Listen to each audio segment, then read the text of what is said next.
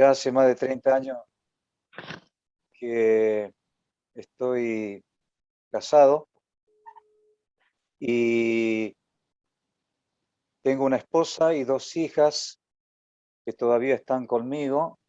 La más mayor se llama Brenda y la más chica Sharon, y mi esposa Alba, y servimos al Señor ya por muchos años, quizás 30 años ya.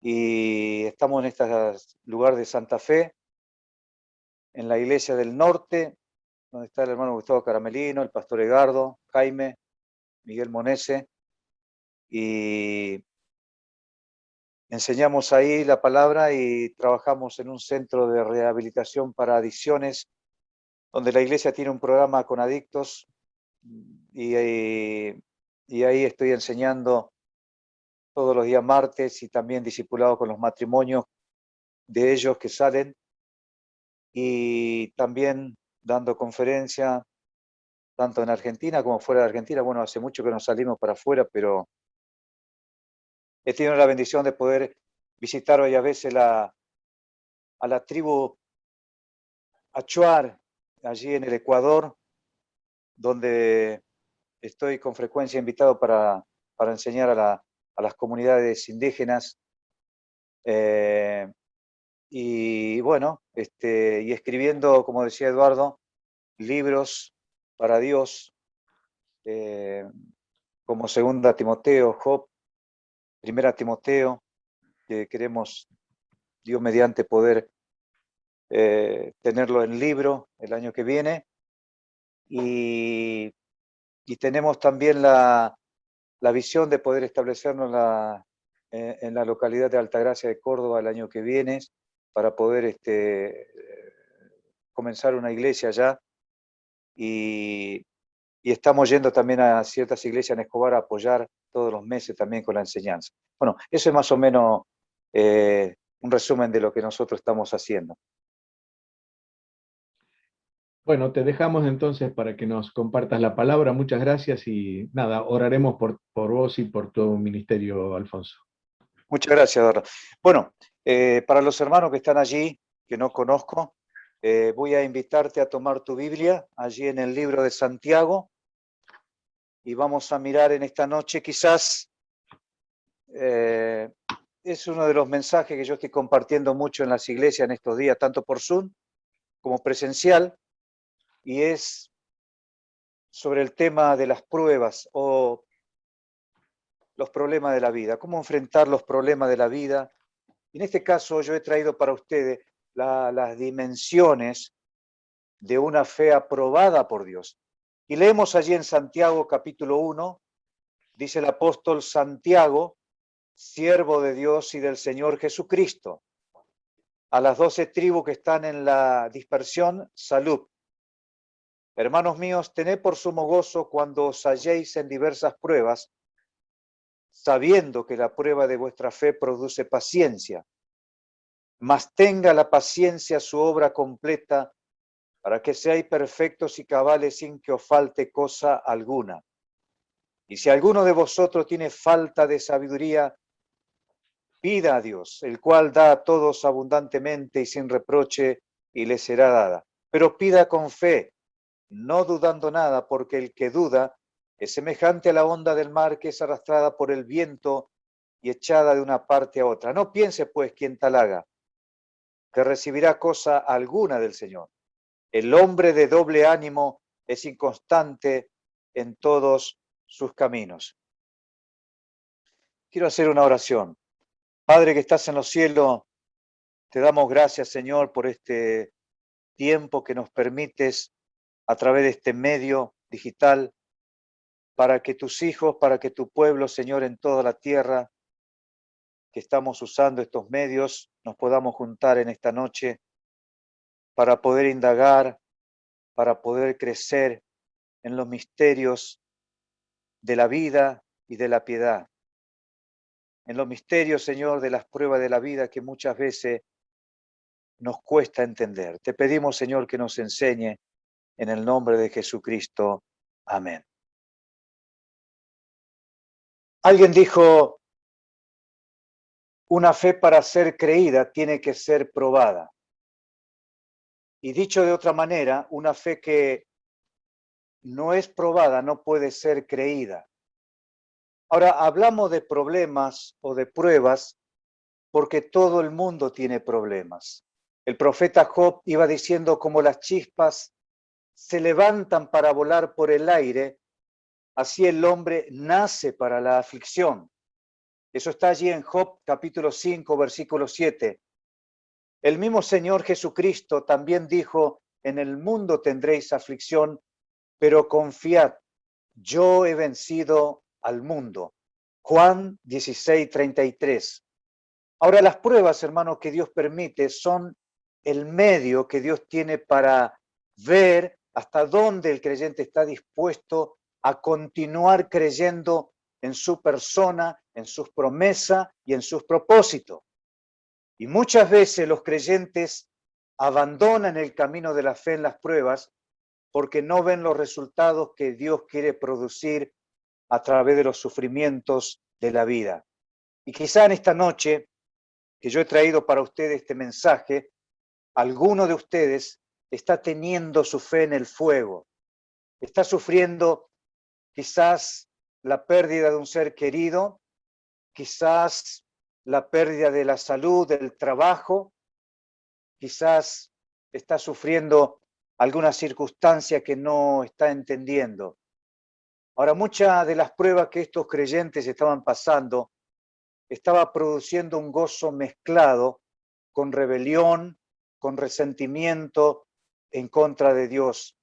Y el gozo mezclado con rebelión o con reproches estaba afectando de alguna manera su comunión con Dios y malentendiendo su propósito, que también estaba afectando su confianza en la persona de Dios en las pruebas. Ellos estaban teniendo, o no estaban teniendo, perdón, el discernimiento adecuado, ni la madurez suficiente como para evaluar que los sufrimientos tenían que ver con el propósito de un Dios bueno que sabe purificar la fe de los hijos de Dios a través de las pruebas.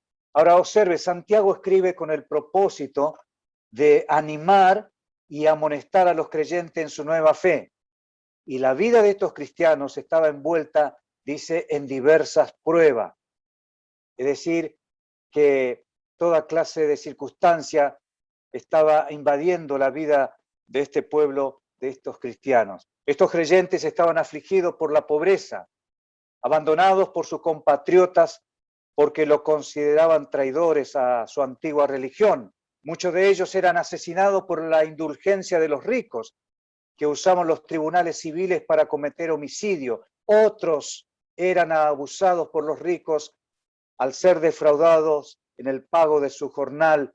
Y a esto tenemos que agregarle que eran aprendices en su nueva fe en el Dios vivo y verdadero. Y Santiago se dirige, hermanos, a estos creyentes judíos que residían fuera de la Palestina y que fueron esparcidos como la semilla aventada por el viento, pero Dios se valió de esa dispersión para que la semilla del Evangelio fuera esparcida por todo el mundo. Ahora, el hecho de malentender los sufrimientos como una desgracia de la vida o como un despropósito de Dios, eso muchas veces nos lleva a caer en la trampa del corazón engañoso del hombre de doble ánimo que siempre termina dudando de los buenos propósitos que Dios tiene a través de una prueba. Quiero mostrarte en esta noche, no vamos a entrar en todos los detalles de este pasaje, de lo que hemos leído, porque hay mucho contenido acá sobre la superficie de estos versículos, pero voy a tratar de ver lo que el tiempo me da para poder meditar con ustedes algunas cosas. En primer lugar, Santiago nos va a hablar de la reacción de la fe frente a la prueba del gozo. Y leemos allí en el versículo 2 otra vez, hermanos míos, tened por sumo gozo cuando os halléis en diversas pruebas. Ahora observe, el apóstol dice, tened por sumo gozo. Esto nos habla de la reacción de un creyente que entiende y que evalúa que las pruebas de la vida debe ser un motivo de gozo y no de reproche o de resentimiento cuando contemplamos las pruebas desde la perspectiva de cómo Dios ve la vida. Ahora, muchas veces cuando el creyente no tiene un claro discernimiento del propósito de Dios en las pruebas, el gozo del creyente se comienza a mezclar con toda clase de sentimiento que produce muchas veces raíz de amargura, rebelión, reproche, resentimiento contra de Dios, y eso nos lleva o lleva a los creyentes a rehusarse a someterse al proceso de la paciencia que Dios necesita, hermano, para madurar nuestra fe cuando rehusamos o cuando rechazamos el plan de Dios en las pruebas. Y eso hace que perdamos las bendiciones que Dios tiene detrás de un sufrimiento. Ahora, Santiago está diciendo aquí, ¿por qué mejor no evalúan? ¿Por qué mejor no consideran y dejen que el gozo controle sus pensamientos y sus reacciones en lugar de la tristeza, en lugar de la duda, que muchas veces se apodera de nuestro corazón? Ahora observe, la frase cuando habla de algo inevitable. El verbo allí habla de caer en medio, como el buen samaritano, que cayó en medio de ladrones, allí en Lucas capítulo 10, versículo 30. El hecho de caer bajo la presión de alguna prueba es algo inevitable que viene a la vida del creyente de manera imprevista para ajustar las imperfecciones que pudiera haber en su fe. Pero como Pedro dice, si es necesario, es decir, cuando Dios tenga que ajustar la fe del creyente, las pruebas, escucha hermano, las pruebas vendrán a nuestras vidas. Y eso es algo que muchas veces nos sorprende, ¿no es cierto? Porque a don Aníbal Palazzo, que era uno de mis pastores hace mucho tiempo, se acerca un muchacho y le dice, don Aníbal, ¿por qué el Señor a mí me lleva por pruebas, por situaciones? Cada paso que doy tengo un problema. Y don Aníbal le dice, mira, hijo, hay creyentes que han aprendido a vivir por fe. Y hay creyentes que necesitan aprender a vivir por fe. Y por eso es necesario que Dios mande la prueba. Entonces, cuando nosotros necesitamos aprender a vivir por fe, Dios va a mandar pruebas, situaciones, circunstancias imprevistas, porque las pruebas son imprevistas. Es el propósito, es el plan de Dios. Ahora, ¿qué es una prueba? La prueba es el elemento que Dios usa para examinar el estado de nuestra fe.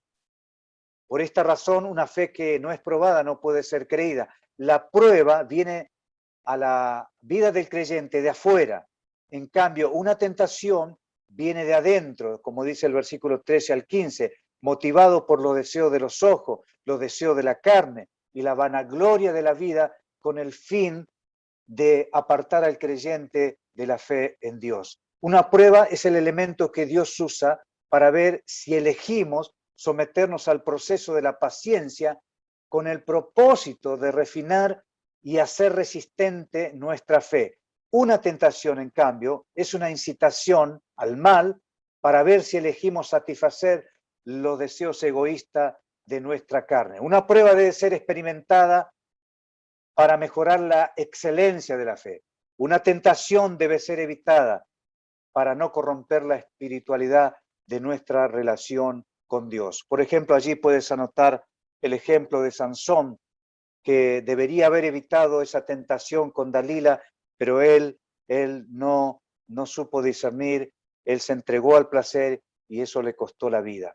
Ahora, hay una gran diferencia entre caer en diversas pruebas y caer en una tentación. Las pruebas pueden venir de un plan determinado por Dios, en tanto la tentación viene a la vida del creyente por desobediencia y pecado. Las pruebas vienen a la vida del creyente en un momento imprevisto. En cambio, una tentación viene en un momento previsto para llevar al creyente a la desobediencia. Ahora observe, Santiago dice acá que las pruebas son diversas, es decir, de diversos colores como el arco iris.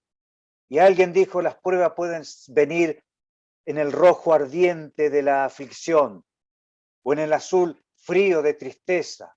o en el marrón oscuro del fracaso, o en el amarillo nauseabundo de la enfermedad, o en el negro de una muerte inesperada. Pero allí, en esa diversidad de sufrimiento, la gracia de Dios será abundante para fortalecer el desánimo y el dolor de los que sufren conforme al corazón de Dios.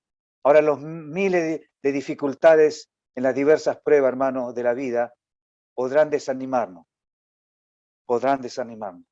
pero no podrán frenar el propósito de Dios en el desarrollo de la madurez de nuestra fe. Así que Santiago nos dice acá que las pruebas serán de muchos colores. Las pruebas pueden ser diversas, pero Dios ajustará su propósito al color de la prueba para mostrarnos la vida desde la perspectiva de cómo Él ve las situaciones que muchas veces pasamos. El color de una prueba siempre tendrá el color del propósito de Dios.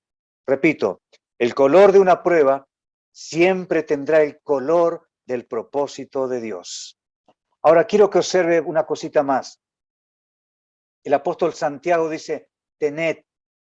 Ese verbo allí habla de evaluar y metafóricamente comunica la idea de traer algo a tu mente, de manera tal que ese pensamiento se convierta en aquello que domine nuestra vida a través de las dificultades de la vida. Y la idea es que esa palabra habla como de un líder que gobierna, que va adelante. Es la palabra que aparece allí en Hebreos 13:7, en 1 Tesalonicenses 5:13, y es un mandamiento en forma de principio que debe considerar, que debe controlar, por así decirlo, la mente del creyente en respuesta al propósito de Dios. Por eso Santiago dice, ¿por qué mejor? En vez de quejarnos, en vez de reprochar a Dios, ¿por qué mejor no evaluamos las pruebas y ver si encontramos allí un motivo de gratitud, un motivo de gozo y decirle al Señor, Señor, yo no entiendo lo que está pasando en mi vida. Señor, yo no entiendo por qué tú te has llevado a mi padre, a mi madre, a mi hermano. Señor, yo no sé por qué he perdido el trabajo, la salud, pero te doy gracias, porque a los que aman a Dios, dice el apóstol Pablo, todas las cosas obran para bien. Santiago dice que el pensamiento controlador, el medio de una prueba, no debe ser el reproche, sino la reacción de una fe que responde con gozo a través del dolor, del sufrimiento. Ahora, observe, no se trata de actuar con gozo, tampoco de aguantar las pruebas ignorando la realidad de nuestros problemas. Tampoco dice que debemos anticipar los problemas con gozo. No se trata del gozo de un estoico, de un cínico, sino de un creyente que enfrenta los embates de la vida con la reacción de una fe que se goza en las promesas de Dios y en sus propósitos. Entonces Job, podemos decir, dijo a Dios, Jehová quitó, sea el nombre de Jehová bendito, y en todo no pecó Job, ni atribuyó a Dios ningún despropósito alguno. Qué maravilla, ¿no? Tener esa actitud, esa reacción que tuvo Job en medio de la pérdida de sus hijos, en medio de la pérdida de su salud, en medio de la pérdida de sus amigos, en medio de la pérdida de su esposa y en medio de la pérdida de todos sus bienes. Él dijo, debe haber un gran propósito de Dios. Y siempre digo, hermano, que detrás de un gran pez hay un gran propósito de Dios. Y un ejemplo de un gozo continuo lo tenemos allí al apóstol Pablo en Filipo, allí en Hechos capítulo 16, cuando dice que Pablo y Silas allí en medio del calabozo, después de haber sido azotado, dice que cantaban himnos al Señor y se gozaban de haber estado sufriendo por la causa de Cristo y del Evangelio. Y Pablo pudo decir allí en 1 Tesalonicenses, él pudo escribir estas palabras maravillosas allí en el capítulo 5, versículo 16, estás siempre gozoso. Y el gozo de Dios viene a la vida del creyente en respuesta a la reacción de una fe que es controlada por el gozo y no por las circunstancias de la vida. Nehemías dijo allí en Nehemías capítulo 8, versículo 10, porque el gozo de Jehová es vuestra fortaleza. El mismo Señor Jesucristo soportó el amargo sufrimiento de la cruz porque era sostenido por una fe viva, que era suavizado por el bálsamo del gozo y la gloria de los frutos venideros. Hermanos, Santiago habla de la reacción de una fe que se goza en las pruebas. Cuando las pruebas están siendo reguladas por el propósito de Dios. El gozo en las pruebas es el resultado de saber reaccionar sabiamente cuando la mente del creyente está siendo gobernada por la palabra de Dios, sabiendo que el fin de la prueba es la perfección de su fe y no su ruina. El fin de la prueba no es la ruina del creyente, sino la perfección de su carácter, la perfección de la madurez de su fe. Por eso tenemos que darle gracias a Dios, tenemos que aprender a gozarnos cuando pasamos por situaciones difíciles. Y creo en esta pandemia que estamos viviendo, los creyentes tenemos que aprender a decirle de alguna manera, Señor, te doy gracias, no entiendo realmente todo lo que está pasando en mi vida, pero quiero agradecerte, quiero gozarme en ti, aunque el dolor pueda ser grande. La gracia de Dios tiene que ser más abundante, como decía el apóstol Pablo, que le pidió al Señor que le quitara ese aguijón, y él pudo decir con el Señor, cuando soy débil, soy fuerte, porque la gracia de Dios reposa sobre mí o sobre nosotros. En segundo lugar, dice el versículo 3, sabiendo que la prueba de vuestra fe produce paciencia. Aquí tenemos la resistencia de la fe frente a la paciencia. Ahora observe lo que dice Santiago, dice, mas tenga la paciencia.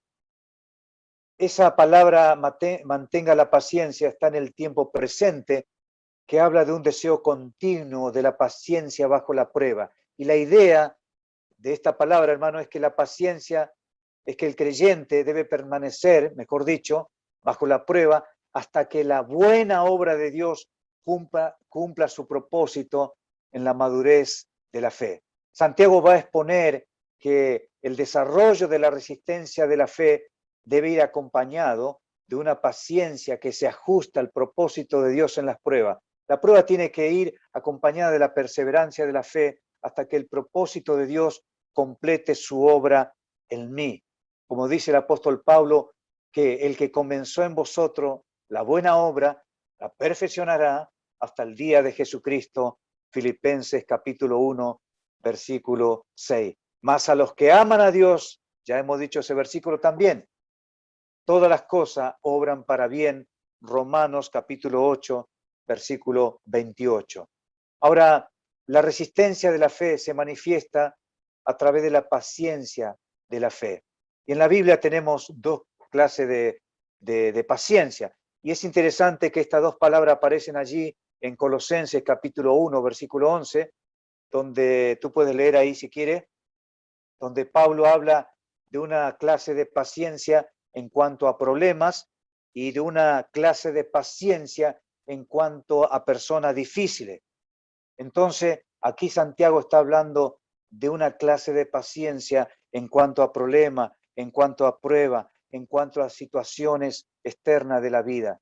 Y Santiago se refiere a la resistencia de la fe del creyente que permanece bajo la presión de una prueba hasta que el propósito de Dios cumpla su ciclo. Ahora Santiago dice, sabiendo, observe, que la prueba de vuestra fe produce paciencia, mas tenga la paciencia.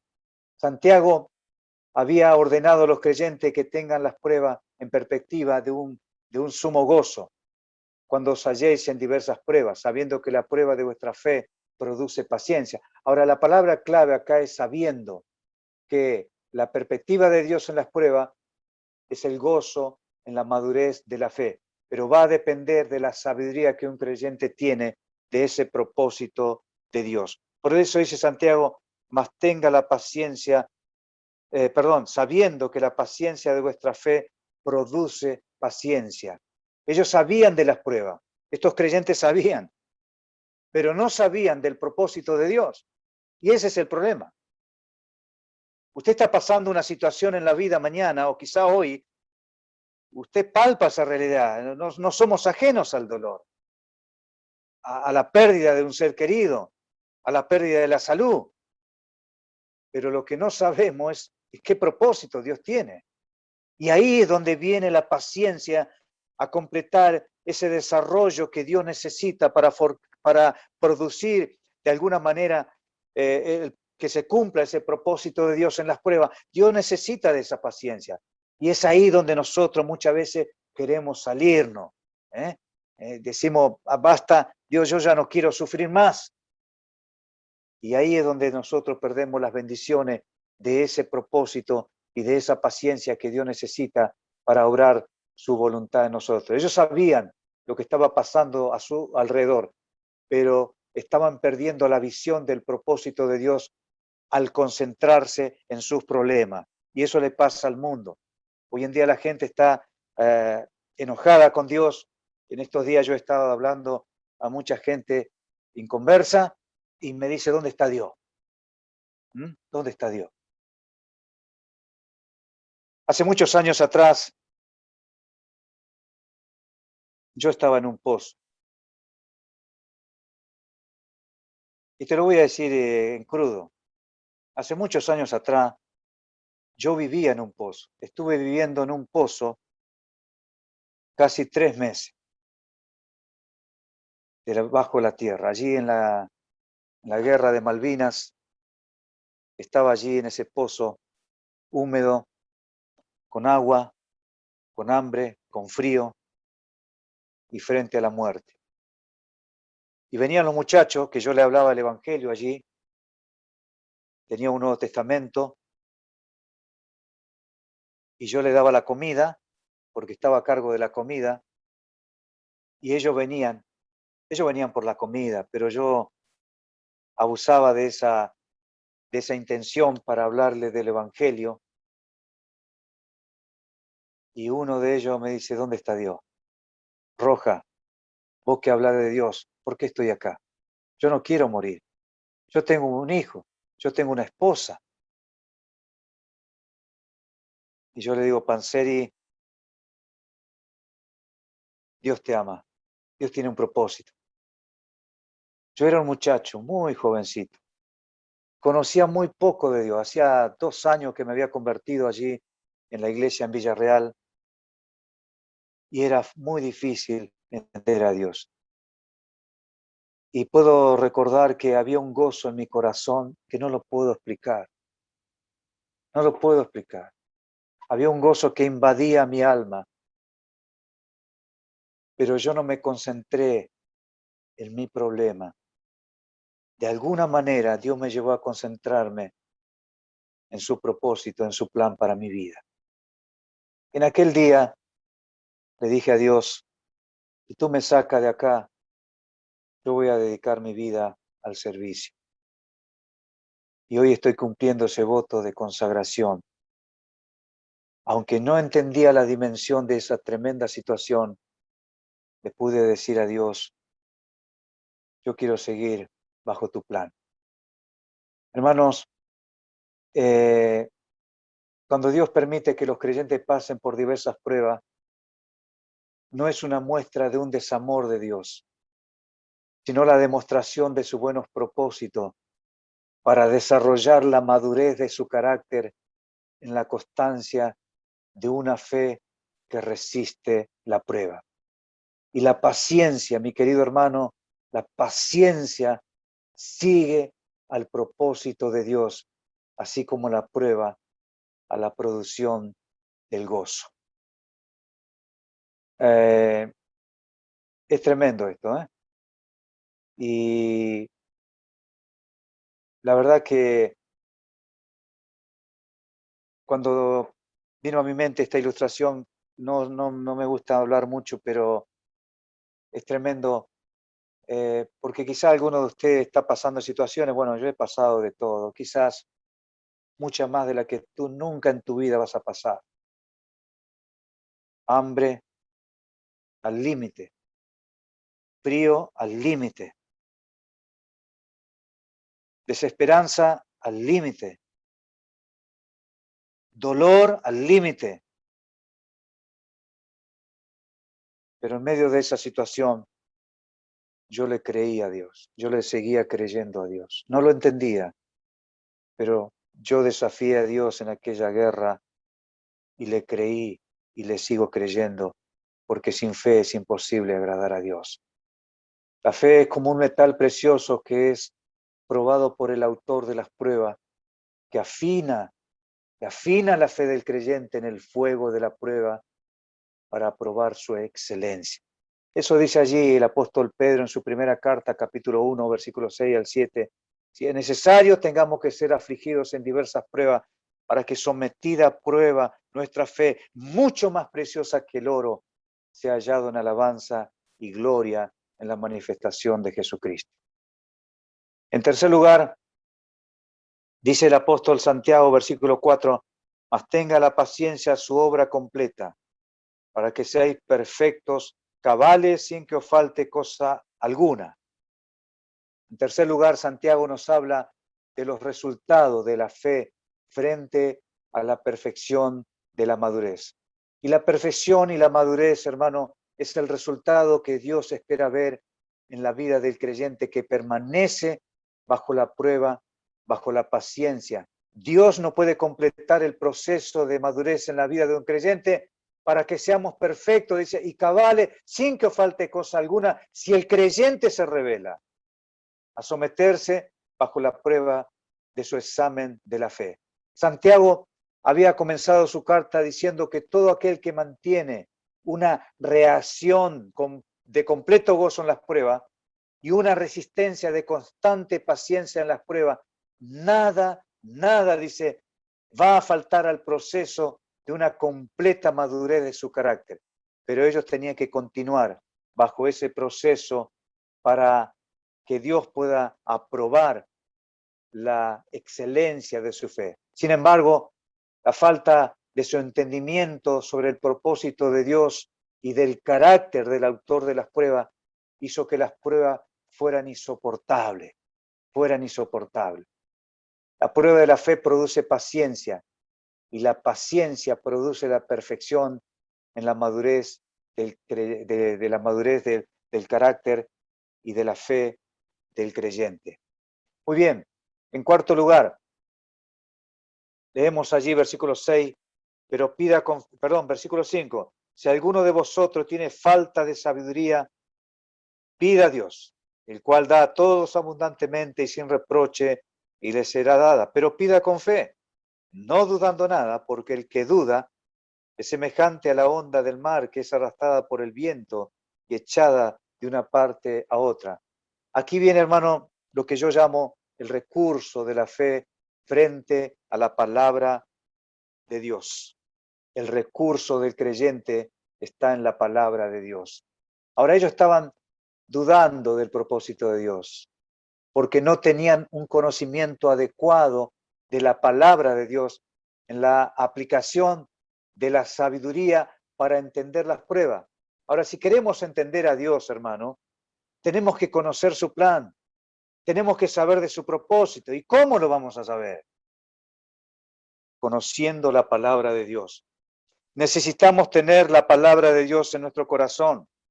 Necesitamos tener la palabra de Dios en un conocimiento profundo, como dice el apóstol Pablo en Colosenses capítulo 3, versículo 16, que la palabra de Cristo more en abundancia en vosotros. Y la palabra de Dios puede estar fuera de tu corazón, porque muchas veces los problemas están adentro. Muchas veces las preocupaciones dominan mi corazón. Muchas veces la ansiedad, muchas veces la duda, la desesperación domina el corazón del creyente y eso hace que la palabra de Dios quede fuera de nosotros. Ahora, no se trata de una sabiduría para salir de las pruebas, sino para soportar el proceso del padecimiento hasta que el propósito de Dios se cumpla en la aprobación de la fe.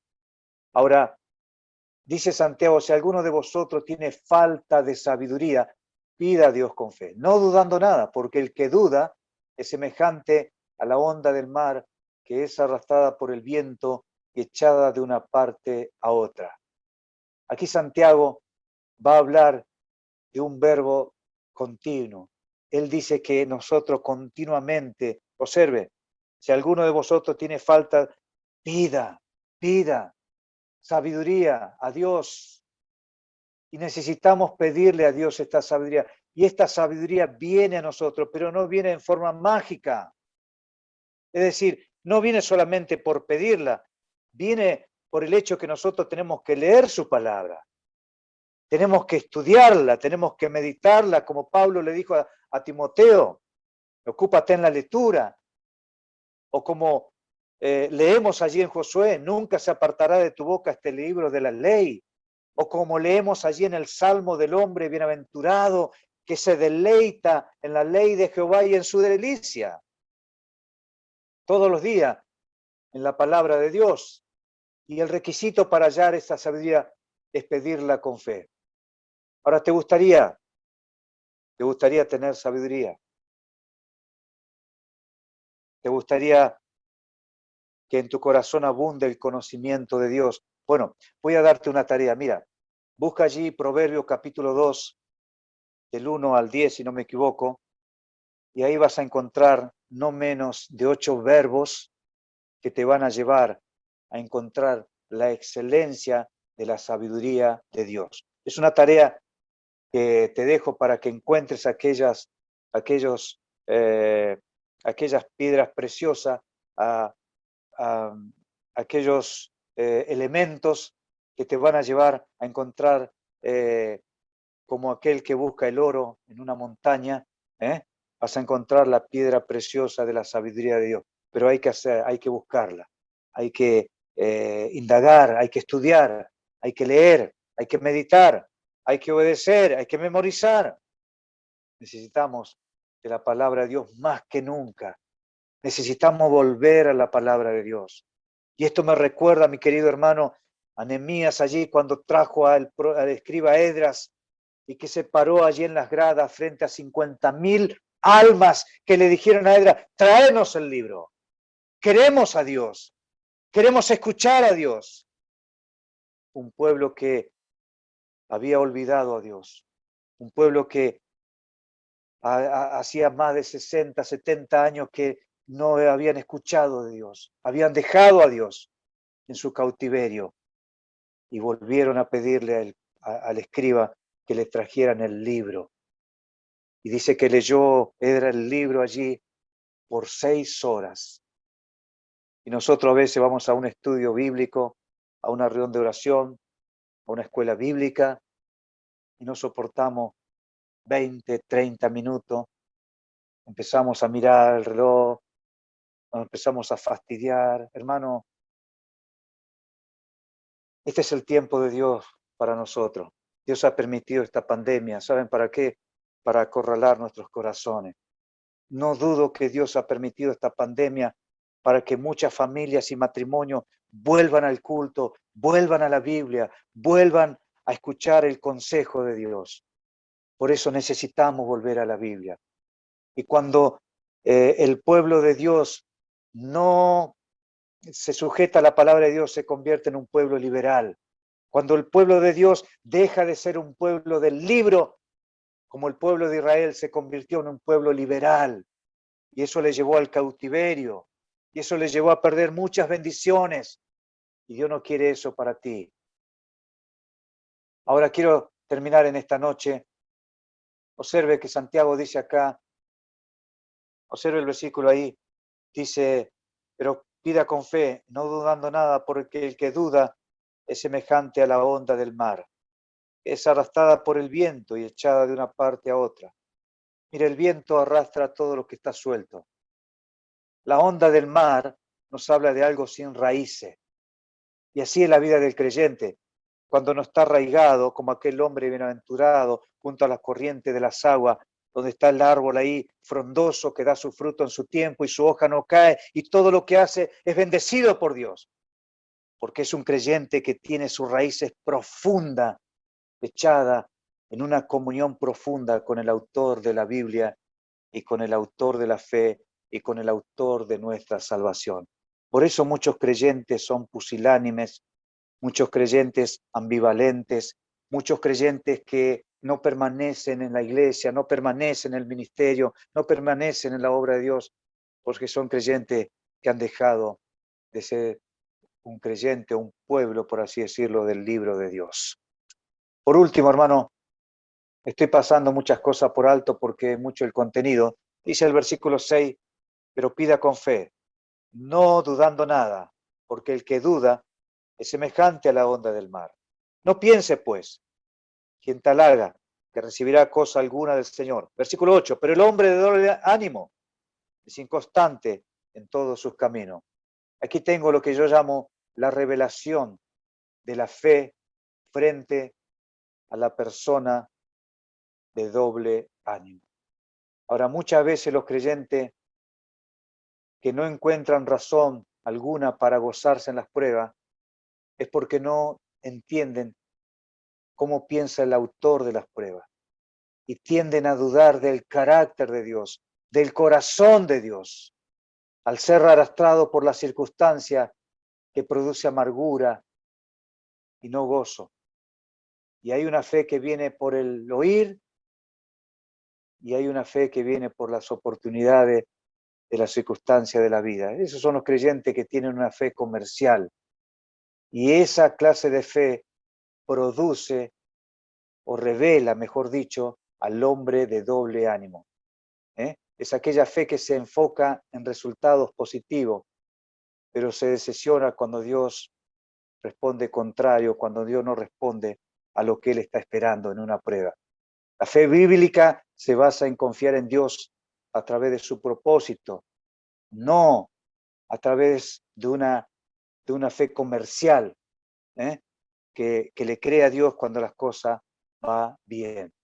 Santiago va a hablar acá en esta revelación del hombre de doble ánimo, que es un hombre que quiere estar bien con Dios, pero a la vez no quiere sufrir. Quiere creerle a Dios, pero a la vez no quiere pasar por situaciones difíciles.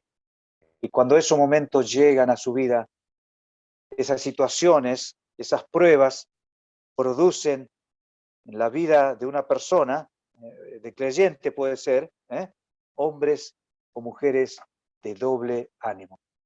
Y el apóstol Santiago va a ilustrar a los que dudan, aquellos de doble ánimo o de doble alma, que se evidencia por la inconstancia de sus caminos, y lo va a hacer a través del viento y la onda del mar que lleva de una parte a otra. Y como decía, el viento arrastra con todo lo que está suelto, y las olas del mar, llevada de una parte a otra, tiene que ver con aquello que no tiene fundamentos, que no tiene raíz, que son creyentes ambivalentes, son creyentes que no permanecen en una situación porque no pueden entender a Dios. Para mi querido hermano, leemos ahí para terminar nuevamente. Santiago dice, hermanos míos, tened por sumo gozo.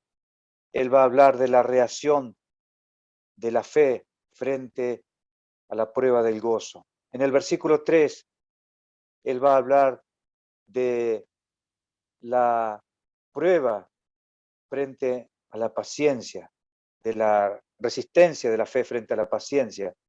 En el versículo 4 va a hablar de los resultados de la fe frente a la paciencia. En el versículo 5, él va a hablar del recurso de la fe frente a la palabra de Dios. Necesitamos pedirle a Dios sabiduría. Y en los versículos finales, del 6 al 8, él va a hablar de la revelación de la fe del hombre o de una persona de doble ánimo que dice que le cree a Dios, que dice que está dispuesto a seguir a Dios, pero cuando vienen los problemas de la vida, ellos abandonan el camino de la fe. Bueno, queridos hermanos, que el Señor nos ayude a entender de alguna manera esta situación que estamos viviendo en nuestra Argentina, en el mundo, Y quiero darte una noticia, que los tiempos que van a venir van a ser peores. El apóstol Pablo, escribiendo allí como un profeta, con ojo de profeta, allí en 2 Timoteo capítulo 3, él iba diciendo a Timoteo que los tiempos que van a venir serán tiempos peligrosos, tiempos difíciles, tiempos desafiantes, tiempos duros, en la que se va a manifestar los últimos tiempos frente a la venida cercana del Señor Jesucristo. Y que el Señor Jesucristo nos halle así, creyéndole, confiando en sus promesas, confiando en su propósito, a pesar de que muchas veces nos cuesta entender aquellas situaciones que Él nos permite en esta vida. Que el Señor bendiga la iglesia. Muchas gracias, Eduardo, por la invitación, y que bendiga a todos los hermanos que están allí a donde tú te congregas. 10.000 ojos hoy han visto tu poder,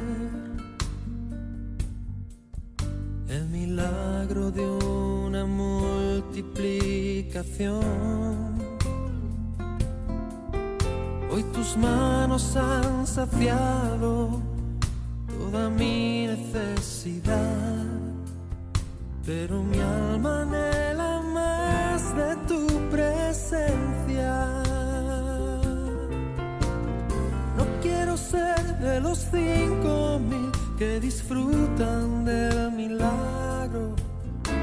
Prefiero ser de los 12 que recogen los pedazos y pasar la noche en vela, juntos sobre un mar de seda, conversar con el maestro hasta el alba. Sé que hay 12 cestas más de provisión, y tus ojos aún me miran con amor. Yo no quiero regresar como aquella multitud. Déjame ser un discípulo, Señor. Oh, no quiero ser de los 5.000 que disfrutan del milagro. Prefiero ser de los 12 que recogen los pedazos y pasar la noche en vela, juntos sobre un mar de seda, conversar con el maestro hasta el alba.